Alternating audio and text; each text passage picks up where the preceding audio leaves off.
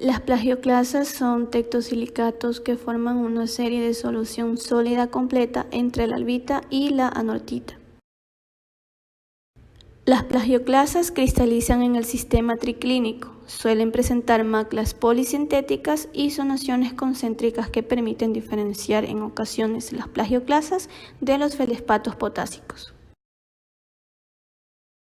Como propiedades ópticas generales se tiene el hábito tabular, relieve bajo, incoloro, macla polisintética albita, hipericlina y Schwarzschild simple con carácter óptico biáxico negativo, entre otras. Para la determinación de las plagioclasas en la roca se procederá a realizar el método de Michel-Levy. Para aplicarlo, se deben considerar las siguientes condiciones. Primero, las maclas deben estar alineadas con el hilo vertical del retículo del microscopio y verse todas iluminadas. Segundo, al girar la platina hacia la derecha se extinguen, es decir, se tornan oscuros los individuos 1. Y al girarla hacia la izquierda se extinguen los individuos 2. Tercero, los ángulos derecho e izquierdo no deben diferir en más de 6 grados. Con eso, el ángulo de extinción será igual al promedio de los ángulos obtenidos al girar la platina. Luego, ese valor promedio se lo busca en el eje de las ordenadas del diagrama y siguiendo la horizontal se cruza con la curva donde se baja para conocer la composición de la plagioclasa. En este momento vamos a realizar la práctica de laboratorio con ayuda de un microscopio petrográfico. Para la primera muestra vamos a cruzar dos nícoles y vamos a indicar la posición en la que observamos las maclas blancas en ambos diales, es decir, solo las líneas que separan los individuos 1 y 2. Luego vamos a mover el dial del microscopio petrográfico hasta llegar a observar la máxima extinción del individuo 1 o dominio 1. Una vez que realizamos esto, volvemos a poner en la posición inicial en donde solo se observan las líneas que demarcan ambos individuos para hacerlos girar al lado contrario y observar cómo se extinguen los individuos.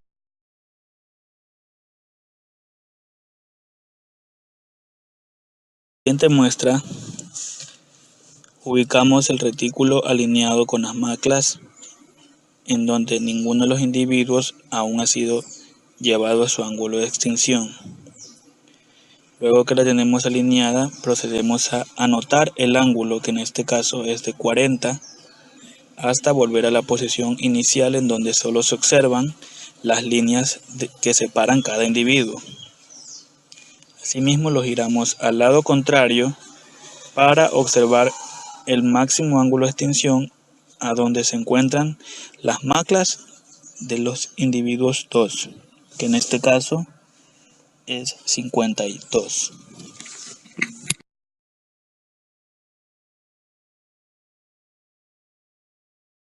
Vamos a cruzar los nícoles y observar el fenocristal en el centro de la imagen.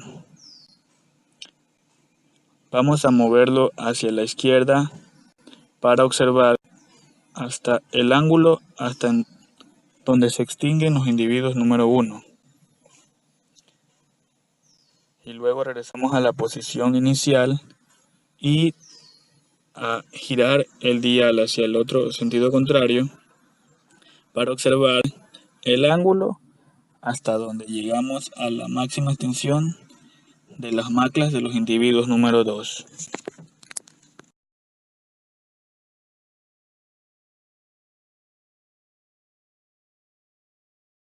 Por último, procedemos a realizar una tabla con los datos que obtuvimos del dial del microscopio petrográfico.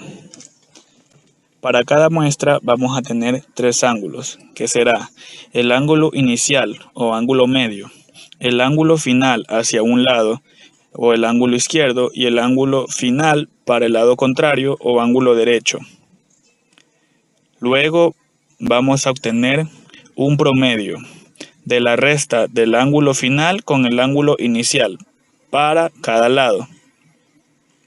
Así, para la muestra 1, obtuvimos que el ángulo que deberíamos reflejar en el eje de las ordenadas es 30.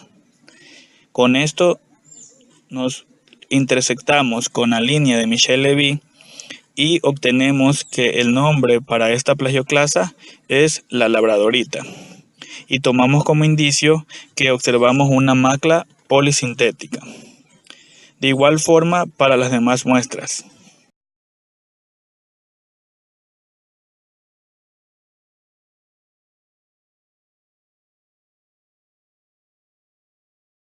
Conclusiones y recomendaciones. Se debe de medir al menos 6 especímenes de la roca en estudio para obtener un mejor resultado. No todas las secciones que presentan la macla albita valen para aplicar el método.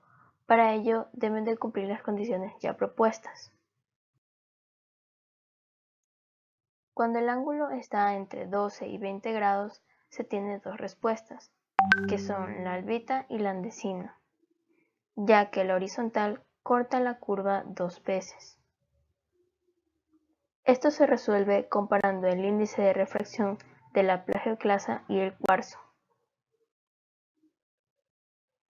El índice de refracción de la andesina es igual o mayor que la del cuarzo. En comparación, el índice de la albita es siempre menos que la del cuarzo.